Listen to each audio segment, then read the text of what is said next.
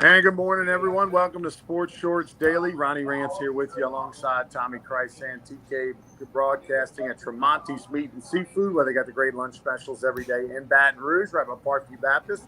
I'm coming to you from the Louisiana Sports Hall of Fame studios, and as always, we're presented by La Bears Casino in Baton Rouge and the Barstool Sportsbook. Today on Sports Shorts Daily, we're not only going to talk about the big Baton Rouge Rougarou win last night, the first of the year.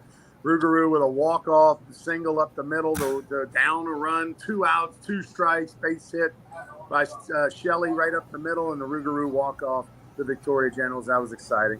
But we're also going to talk some LSU baseball. The Tigers are in action tomorrow at 2 o'clock, a little daytime baking in the sun regional action, what fans have become accustomed to over the years in Baton Rouge. They'll take on 2 o'clock the Tulane Green Wave. Paul Skeens named National Player of the Year in collegiate baseball, and he joins Tommy White, Dylan Cruz, all on the first-team All-American list for collegiate baseball. That's 3 first-team All-Americans on one team for LSU baseball. I don't know if that's ever happened, Tommy. That would have to ask Bill Franquez if they've ever had 3 in one year. They've had 2, but I don't know about 3. Also, the NBA Finals gets underway this weekend. The Nuggets are an 8.5 point favorite. Yeah, 8.5 point favorite over the Heat. Tommy's got a winner pick for you on that first game. Also, the SEC meetings are taking place over in Destin, Florida. All the coaches, all the administrators are all over there on the beach having meetings, discussing the future for the next not only 365 days, but for the years to come. And there's some interesting things that are coming out of that meeting over in Destin, and Tommy will tell you all about it. But let's first talk about the Paul Skeens being named Collegiate Baseball Player of the Year, not just Pitcher of the Year. That's significant. Yeah, it really is. You got to designate that player, not pitcher. But obviously, he's a pitcher, and it means he beat out Cruz because I'm sure Cruz was near the top of that ballot. But that's just he's been so dominant. Not perfect, but so dominant, and just not fair. A lot of times when he matched up against certain hitters, and it's truly an honor for him and for LSU. The Southeastern Conference, the whole bit. I mean, they only pick one. They only pick one player of the year, and they picked him. What's interesting is he's averaging almost 17 strikeouts per game, per 9 innings. And usually when you see those gaudy strikeout per 9 inning numbers, those are closers, those are setup guys, those are relievers that come in, throw 1 inning, and oftentimes are big power arms that might strike out 2 guys in an inning type of thing. But for Paul Skeens to be a starter and to have those kinds of strikeout per 9 inning numbers, that's unheard of. That's generational. That's Ben McDonald, 30 years ago, that type of stuff. So, you're witnessing history. If it was a different day and age where guys were stretched longer, maybe you'd even see gaudier numbers when it comes to the strikeout totals. But you wouldn't see better strikeout per 9 inning numbers. Those are just incredible right now. Well, as of last night, Jay Johnson is not committed to who is going to pitch against Tulane at 2 o'clock tomorrow. There's the thought that it's Skeens because he's the ace and he's had enough rest since the last outing. And then there's the thought that, it's the 4 seed. They lost 40 games this year. You go with Ty Floyd, but then does that motivate Tulane, which you shouldn't have to be motivated when you're in a regional. I don't care if you are Tulane 19-40. It's a regional. Everybody's 0-0 right now. And it's baseball, anything can happen. But then it becomes, do you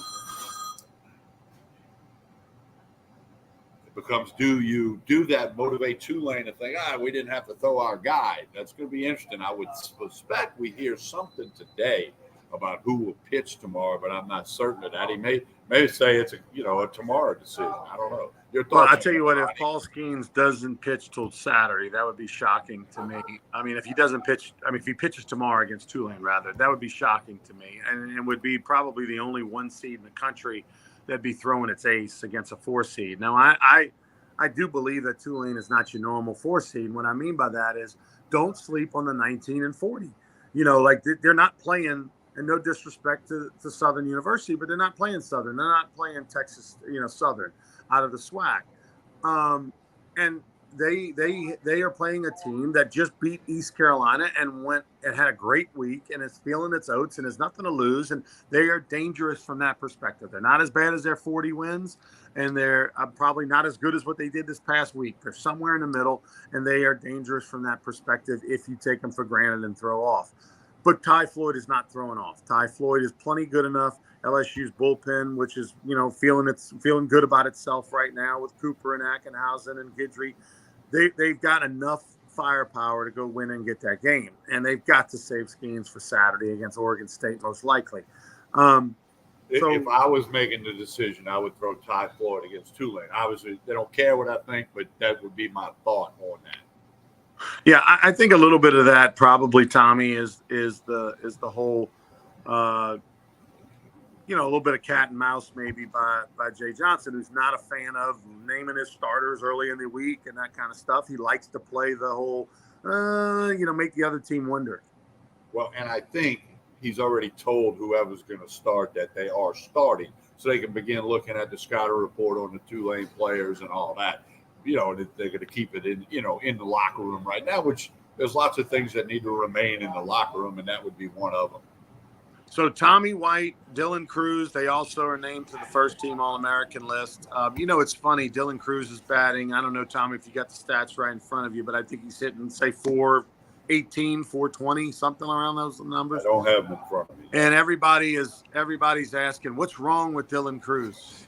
He's been slumping, Yeah, I mean, when you're hitting 500 and something, and now your batting average falls to 420, it's called law of averages. It's virtually impossible to hit 500, and so there's nothing wrong with Dylan Cruz. The time off from last week to this week and to get adrenalized is going to do wonders. He's still super dangerous and his number will be retired or something like that. He'll be in the College Baseball Hall of Fame most likely.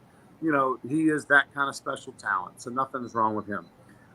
Let's move on and talk a little bit about the NBA Finals. The Denver Nuggets are a number 1 seed out of the West. They're taking on a number 8 seed out of the East. A shocker, but it's not as if I don't have any confidence whatsoever in the Heat. I'm a giant Jimmy Butler fan as a person, as a player. That team has just got some special mojo. But the Nuggets are a giant favorite in Vegas. Yeah, and they've had a bunch of time off, and the Heat went 7 games with Boston.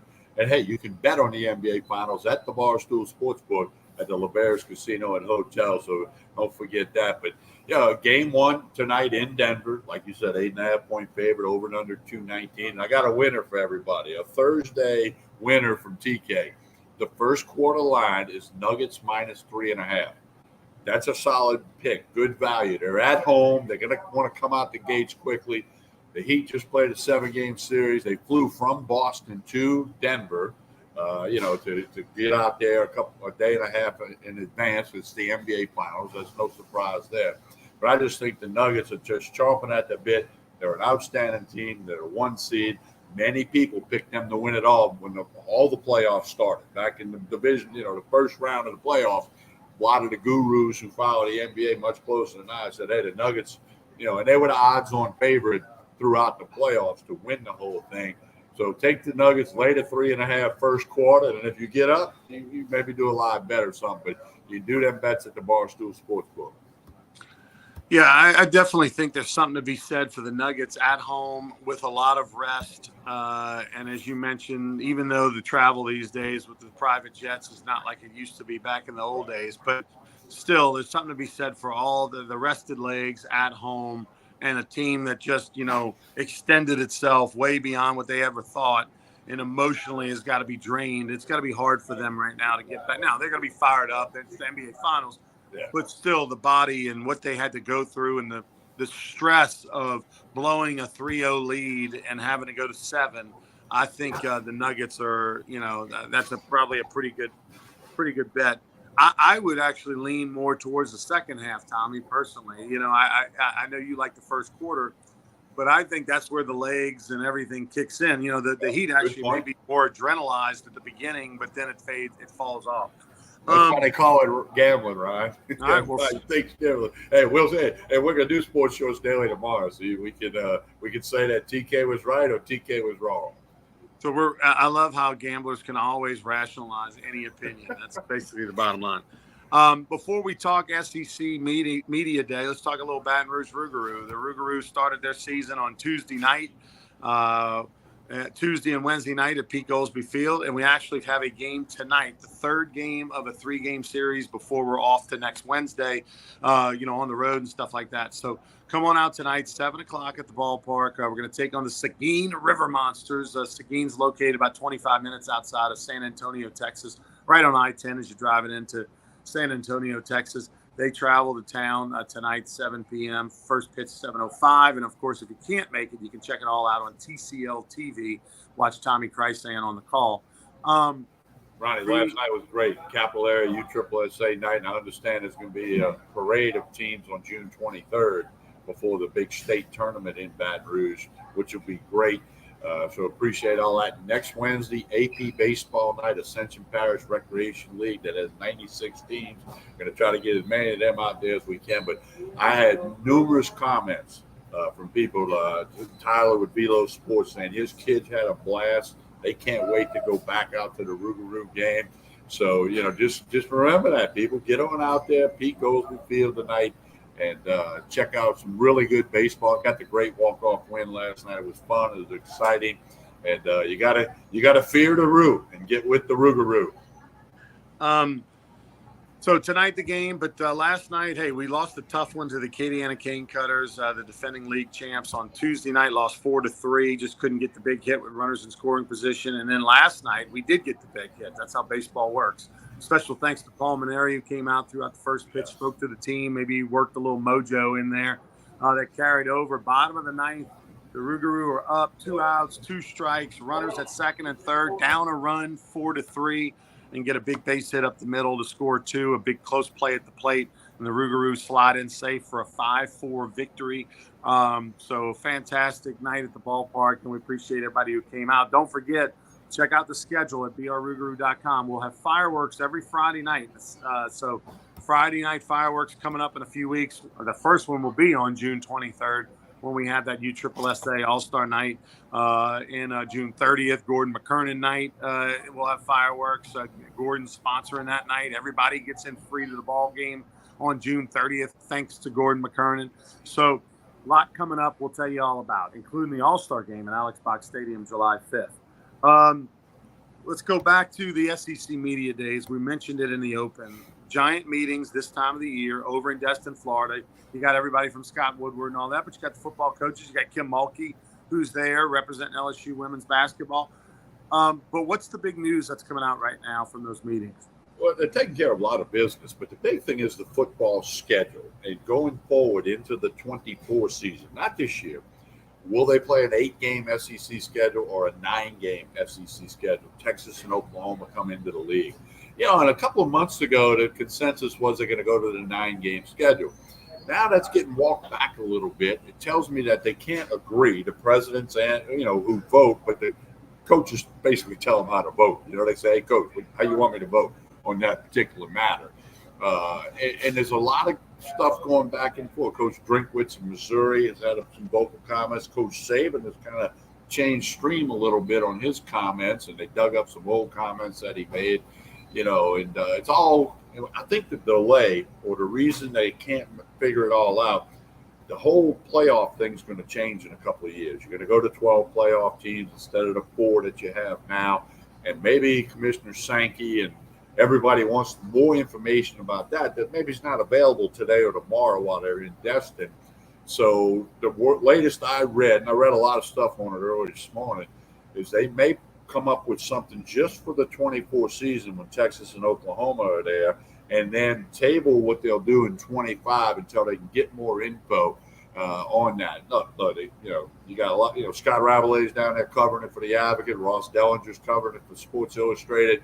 You can find everything you need and read it. And of course, we'll be here tomorrow morning with another Sports Shorts Daily, and we might have an answer or something to report. All right, Tommy. We'll be back tomorrow morning for more Sports Shorts Daily. Tell us about Tremonti's on the way out. Tremonti's Meat and Seafood lunch special today is jambalaya. But I'm going to say this, I hadn't said it in a while. If you have not been into Tremonti's on Jefferson Highway, right down the street from Parkview Baptist Church and School, you need to stop by. From the wine to the whiskey to the grills and the charcoals and the meats and the seafood and the spices. I mean, there's so much stuff in here. The 20 flavors of sausages. I'm going to ask you, just stop in, and it won't take you long. It's not the biggest store in the world. And just walk around for 2, 3, 4 minutes, and you'll be amazed at everything that's at Tremonti's Meat and Seafood in Baton Rouge.